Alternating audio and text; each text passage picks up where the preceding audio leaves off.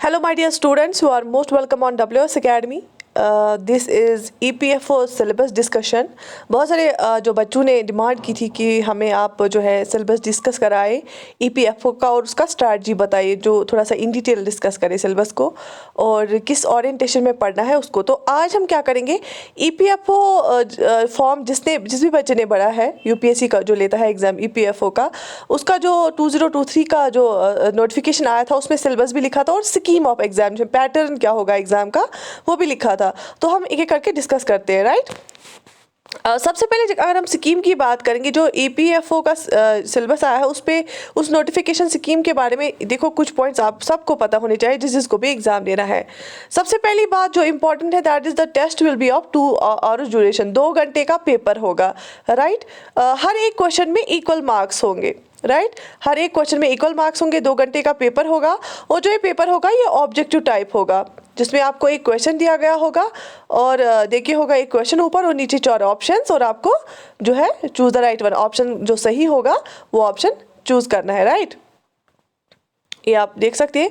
और जो इसका मीडियम होगा टेस्ट का, जो बच्चे हिंदी में देना चाहते हैं वो भी दे सकते हैं, जो इंग्लिश प्रेफर करते हैं एज लैंग्वेज वो भी दे सकते हैं, राइट। तो आप चूज़ कर सकते हैं 2 लैंग्वेजेस, हिंदी या इंग्लिश, क्योंकि जो एग्ज़ाम होगा, क्वेश्चन पेपर होगा वो हिंदी पैटर्न में भी आ सकता है और इंग्लिश में भी, जो आपकी मर्जी है उसमें आपको अवेलेबल होगा।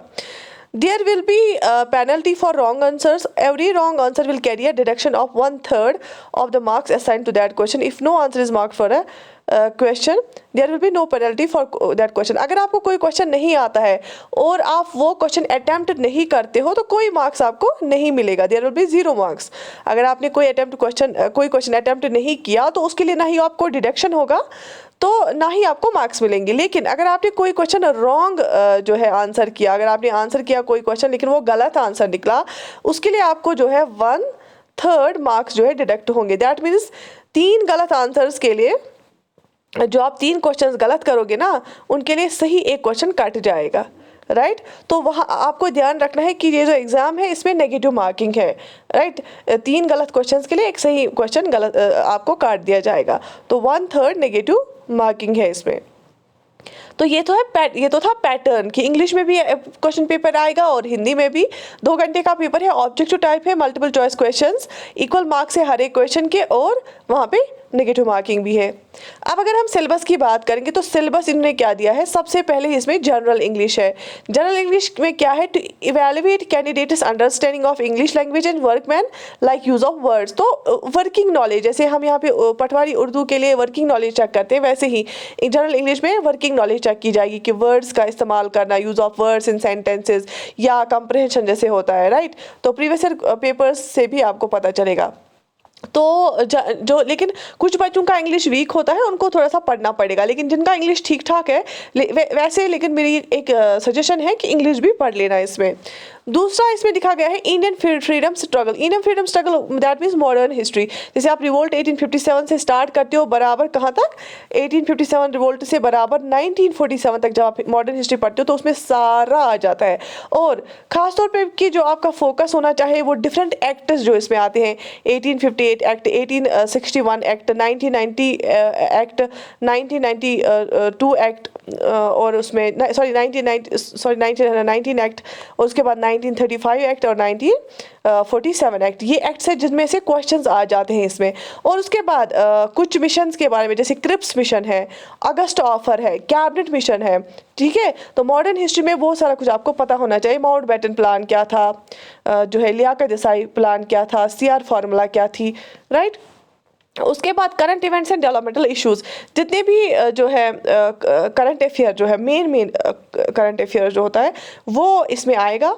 एंड डेवलपमेंटल इश्यूज़ के साथ साथ जितने भी बड़े प्रोजेक्ट्स हैं, कहाँ पे क्या प्रॉब्लम है या कोई जगह न्यूज़ में रहती है तो वो भी इसमें आएगी। इंडियन पॉलिटी एंड इकोनॉमी देखे हैं यहाँ पे एक लाइन में, लेकिन इसमें बहुत सारा कुछ आता है। इंडियन पॉलिटी तो आपको पता है फुल फ्लेज्ड पॉलिटी है, और इकोनॉमी इसका मेजर पार्ट जो है हमारे केस बैच में भी अवेलेबल है इस सिलेबस का।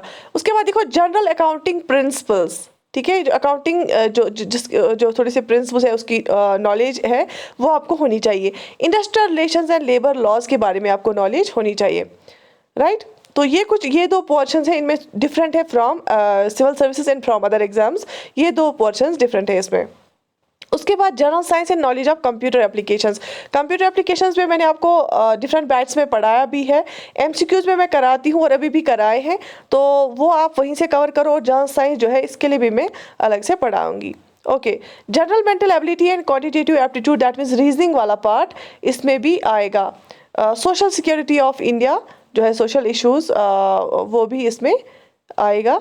तो इस ओवरऑल मैं आपको बताऊंगी कि ये जनरल स्टडी जो आप पढ़ती ही हैं सिविल सर्विसेज के लिए, या जो आप स्टेट एग्जाम्स के लिए पढ़ते हैं, या उसका थोड़ा सा अपग्रेडेड वर्जन आपको प्रिपेयर करना है। और करंट इवेंट्स पे ज़्यादा होल्ड रखना है। किसी साल क्या होता है, करंट अफेयर से ज़्यादा क्वेश्चंस बनते हैं। और इन एडिशन टू दैट यहाँ पे रीजनिंग है, और कंप्यूटर और जनरल साइंस भी इसमें आता है।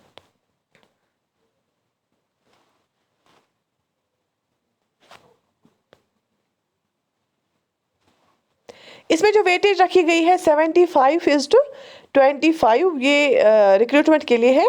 तो इस हिसाब से फिर 75 रिटन के और 25 इंटरव्यू के, आई थिंक सो इस नोटिफिकेशन पे यही लिखा गया है, that weightage in the ratio of 75:25 will be according for marks in recruitment test and for marks in interview for determining the final merit in the instant recruitment case. तो ये था scheme and syllabus of EPFO. अगर आपको कोई भी question होगा, कोई भी क्वेरी होगी, आप कमेंट सेक्शन में लिख लेना, मैं उसको मॉनिटर करूंगी और आपके आंसर्स दूंगी आपके क्वेश्चंस के। और इन एडिशन टू दैट, अगर आप चाहते हैं किसी पर्टिकुलर एरिया के एमसीक्यूज आपको प्रोवाइड हो हमारी यूट्यूब चैनल पे, वो भी आप लिख सकते हैं। बाकी I wish you all the best, take very good care of your self. अल्लाह हाफिज़।